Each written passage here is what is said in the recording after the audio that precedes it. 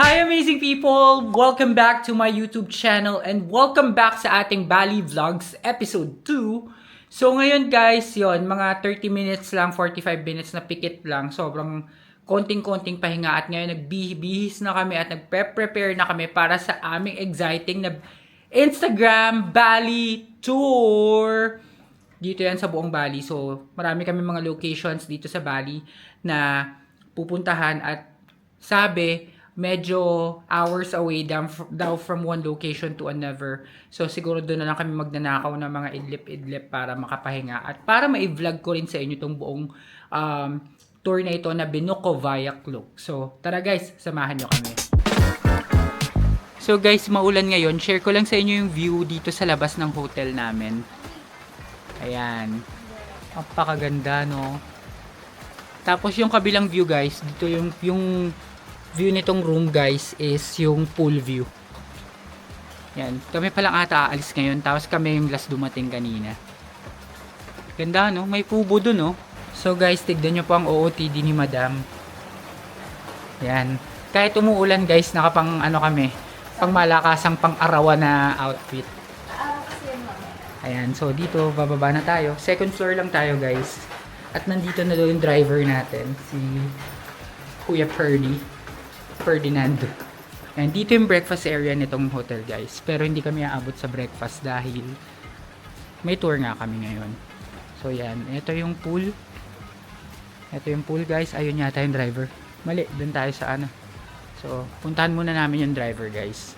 A few minutes later. So guys, nandito na kami sa car ngayon. And ang first stop namin is 2 hours from here. So tatry muna namin umidlip at i-update ko kayo kung saan nga ba ang ating first destination. So stay tuned. So guys, after more than 2 hours, nakarating na kami sa aming first destination which is Water Palace. So papakita ko lang sa inyo itong labas nito guys. Ito, ayan. Ganda din guys ito no. May bundok. And sarado pa dito guys. Kaya just a second, I'll buy fish food. Okay. Ayan, siya yung tour guide namin guys. Bibili lang daw muna ng fish food. Guys, may nakita tayong kaibigan. Pahiga-higa na siya oh. Ah!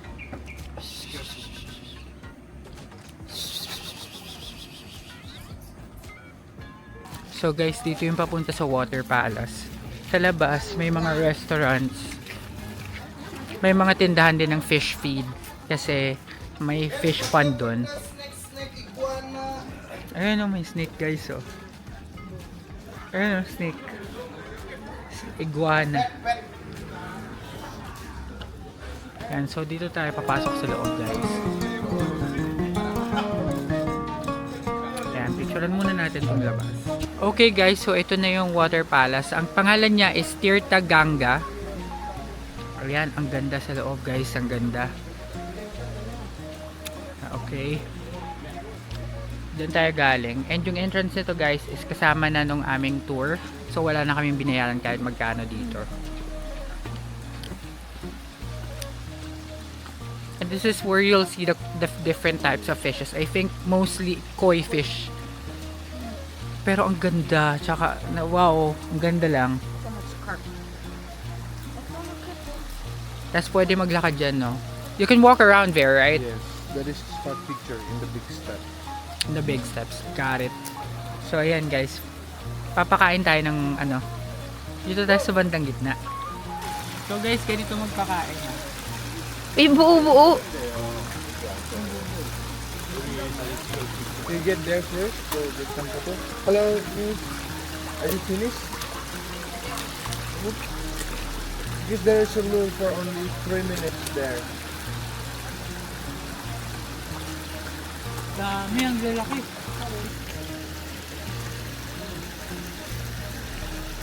na nila. Gamit.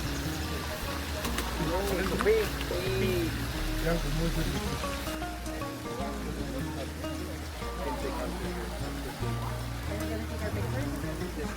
So guys, dyan kami pumose at dito kami nagpipicture. Ayan. So picture.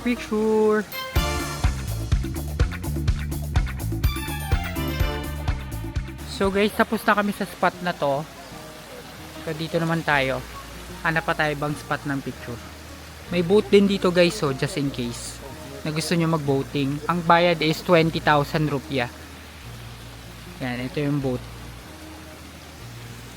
Okay, so dito naman daw.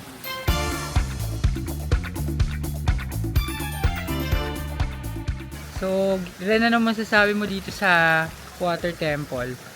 Ganda. Daming koi. Ang meaningful ng message mo, no? Ganda. Parang, Hindi, ang lulusog ng koi. tsaka lalaki. Malalaki talaga sila. Hindi sila yung parang napabayaan na hindi kumakain. Gusto mo ma-challenge? Ano? Bilangin yung isda dito. Yun yung challenge. Pag nabilang mo, libre kita lunch. So guys, naglalakad-lakad lang kami. Lalaki yun. Ayan dito. Iniikot lang namin yung buong temple. Gusto mo pakain? Mamaya na. Kakainin mo to, no? Akin yun. Yan. So pagdating nyo dito sa dulo guys, may parang prayer area. Ayan, that one. Tapos, dito, na may maliit din na pond. First destination pa lang, busog ka na sa view, no? Ayan, tapos itong iba, inaayos pa nila yung landscaping. Ito is Tirtha Ganga shop. May shop din sila dito guys, for souvenirs. Tapos dito pala sa dulo guys, may toilet. Ayan. So lakad-lakad lang muna tayo. So guys, nandito na kami sa kabilang dulo. Ito yung view mula dito sa kabilang dulo. Ganda din. Maganda siya kahit simpleng parang pond lang siya. Pero kakaiba kasi ang experience dahil nagpapakain ng koi fish tapos up close and personal. Tignan nyo to, ganito guys oh. Tignan nyo naman yung ganyan kalaki na koi fish oh. Oh. Ayan, ang laki-laki. Ang laki niya sa personal. Pagpapakain ako. Yan, so pakakainin naman namin yung nanditong part. So guys, nandito kami sa Keday Isen. Ito yung restaurant lang dito sa harapan nitong Tirtha Ganga. And bibili lang ako ng kape. Actually, cafe latte lang yung pinaka mabibili ko dito. And that's 40,000 rupiah. Ayan, so dito yon. So bili muna tayo. This is our first gastos for this Bali trip. So guys, ito na yung cafe latte. And titikman ko na siya, 40,000 rupiah. Ano to? Doon ko na sa kotse talaga siya uubusin kasi papunta na kami sa next destination. Tikman ko lang saglit.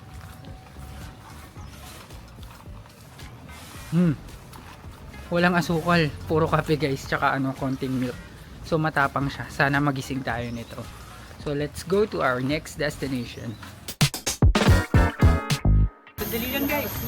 Napansin ko na karamihan sa mga nanonood ng AJTV Amazing Travels ay hindi pa nakasubscribe sa channel na ito. Malaking tulong para sa akin na may pagpatuloy ang paggawa ng mga videos na ito kung magsusubscribe kayo. Kaya ano pang hinihintay ninyo? Subscribe na! Now back to the video. So guys, after 15 minutes, we arrive on our second destination which is Lempuyang Temple or mas kilala siya sa tawag na Heaven's Gate. From here, sa pinagbabaan namin, magsa-shuttle bus kami na 5 minutes going dun sa temple tapos maglalakad pa ng konti. Hindi ko alam kung bakit pero sabi kasi hanggang dito lang yung mga private vehicles. So, ayan, sasakay kami dito ng shuttle bus. Ayan. So guys, dito na kami sa labas ng Lempuyang Temple and required na magsuot ng sarong even for guys. So, ayan. Yan ang ating model. Ang ating model si Mariah Clara. Hi Mariah. Hindi ko alam guys kung mapapull off ko tong sarong pero sige, pagbigyan natin. Lalakad kami 5 minutes papunta doon sa Heaven's Gate. So guys, pataas yung paglalakad namin pero ang ganda nung ito yung view sa baba. Tapos dito. But like, Heaven's Gate na. Ayan. There's two coppers. So pataas to guys. Setting your expectations, may 5-minute hike. So guys, welcome sa Heaven's Gate. Ito yun guys, at walang katao-tao guys. Kasi alam nyo ba, January is one of the non-busiest or non-busy days nila or months. Kaya makakapag-picture kami ng malaya. So guys, ayun may nagpipicture na. Next na kami dyan. Agad-agad. Yung iba 4 hours yung iniintay. And ito pala yung likod niya guys. Ang ganda din. May magpipicture na sa inyo dito. Hintayin lang namin tawagin yung number namin.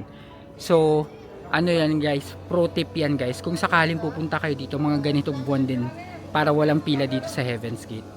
Kasi nga daw average line wait time dito is 2 to 4 hours. So kami pagdating namin, pangalawa na kami dun sa tatawagin.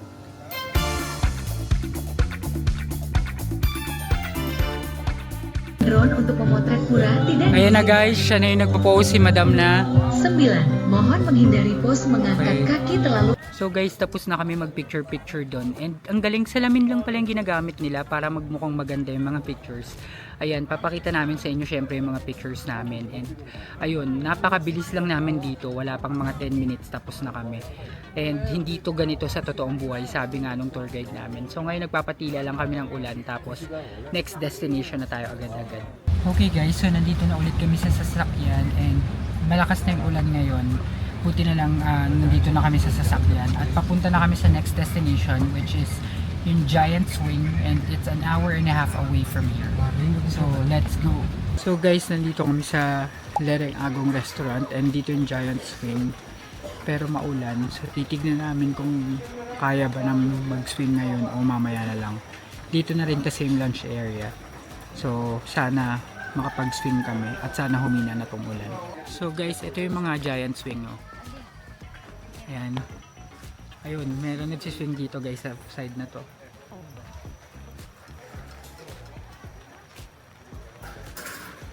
Ayan, ayan na yun guys. Tapos, ang view nito sa ilalim is Rice Terraces. Ayan yung view sa baba.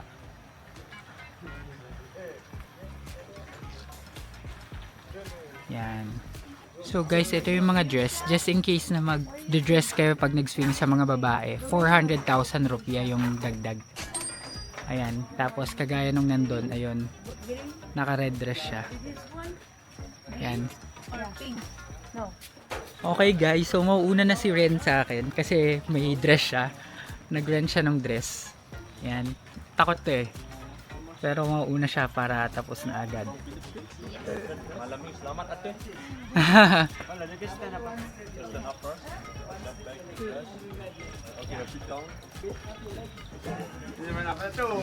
Ayan na guys. Ganyan ang itsura pag yung mga babae tapos nakadress kayo at magpipicture. Ganyan.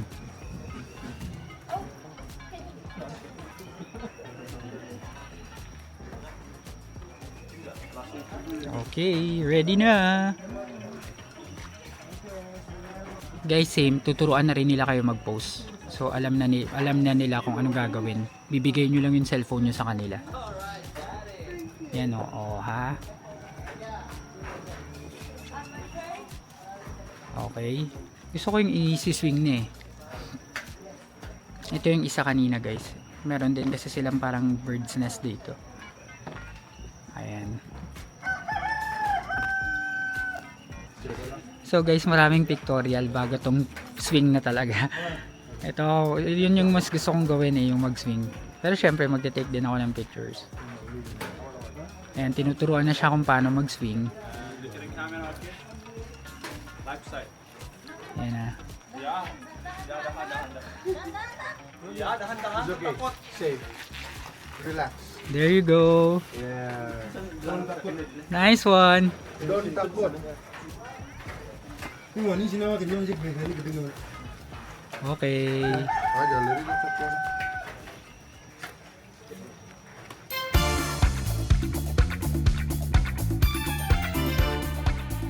So guys, ako na yung next. Pero i-end ko na muna ang vlog na ito para may bitin. Maraming salamat sa nanood ng episode na ito ng ating Bali Vlogs. Abangan ang aking pagsiswing at iba pang adventures na naghihintay sa atin sa susunod nating episode. So yun lang guys. Maraming salamat. Bye!